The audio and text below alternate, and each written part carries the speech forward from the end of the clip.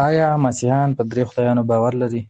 زما ډېر مسلمان ملګري له ما څخه پوښتنه کوي ولې مسیحیان په درې خدایانو باور لري، خو حقیقت داسې نه دی چې موږ په یو خدای باور نه لرو. موږ په یو خدای باور لرو. د مثال په توګه د مقدس کتاب د تورات شریف په تثنیه 6 باب 4 آیت او د مرقس انجیل شریف 12 باب او 29 آیت کې واضح لیکل شوي دي. زموږ مالک او څښتن خدای یو دی.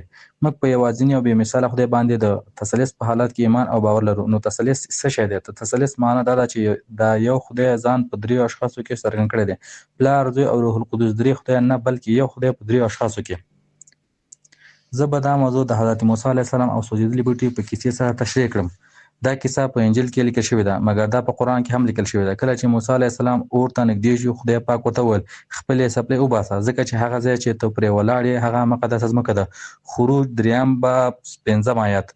اوس په دې اړه فکر وکړئ، آیا موسی د اور عبادت کوو؟ نه، هغه د اور عبادت کوونکی نه و، مګر د خدای حضور په اور کې و، یعنې خدای خپل ځان په اور کې موسی ته وښود او په ورته وخت کې هغه لا هم په خپلو کائناتو واکمن و. دا په حقیقت کې په تثلیث باندې د پوهېدو لپاره یو غوره مثال دی. خدای کولی شي ځان په یو ځانګړي ډول ښکاره کړي، لکه په اور کې پرته له دې چې محدود شي. په ورته ډول عیسی د خدای کلام ځمکې ته راغی په داسې حال کې چې پلار په اسماني کې پاتې شو او روح القدس خپل کار ته دوام ورکړ. انجیل په روښانه ډول د تثلیث درس ورکوي. موږ په انجیل کې د خدای درې واړه شخصیتونه وینو. پلار خدای دی، یوحنا 19 باب 3 آیت. زوی خدای دی، یوحنا اول باب اول آیت. کولوسیان 2 باب 9 آیت. تیتوس 2 باب 13 آیت. روح القدس هم خدای دی. د رسولانو عملونه 5 باب 3 او 4 آیتونه. کورنتیان 3 باب 12 آیت. دوی درې مختلف خدایان نه دي، دوی یو خدای دی چې په دریو اشخاصو کې څرګند شوی دی. همدا لامل دی چې خلک د پلار، زوی او روح القدس په نوم بپتسمه یا د تمجید غسل کوي. قرآن څه وایي؟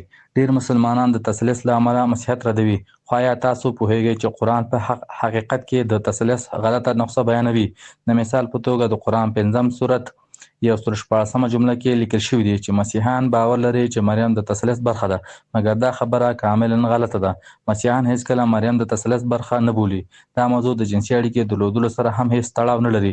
دا خدای ته یو سپکاوی دی. خدای پلار د انسان په څیر نه دی چې په ځمکه کې له ښځو سره جنسي اړیکې ولري. د بلې خوا قرآن وایي چې د خدای کلام کلمت الله او د هغه روح الله د الله لخوا راغلی دي. ډېره ښه. په انجیل کې هم عیسی د خدای کلام بلل شوی دی، یوحنا اول باب اول آیت، او روح القدس د خدای روح بلل شوی دی، کورنتیان 2 باب 11 آیت. دا د فکر کولو خبر ده، نو تاسو پرې فکر وکړئ. ولې تثلیث مهم دی؟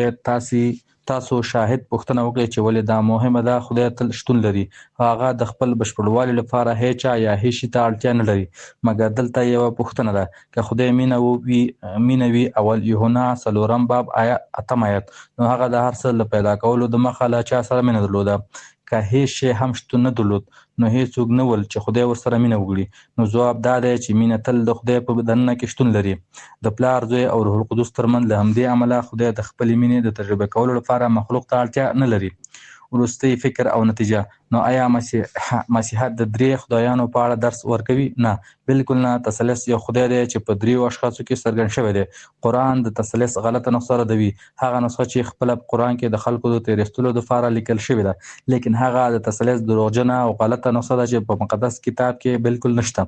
او که تاسو باور لرئ چې خدای یو مینه ناک خدای دی او دا د هغه طبیعت دی، نو تاسو باید دا هم فکر وکړئ چې ولې تثلیث معنا لرونکی دی.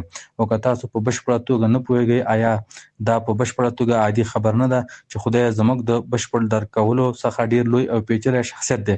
نو هغه خدای غوره کړی چې ځان یې د دریو ګوني خدای په توګه څرګند کړی دی.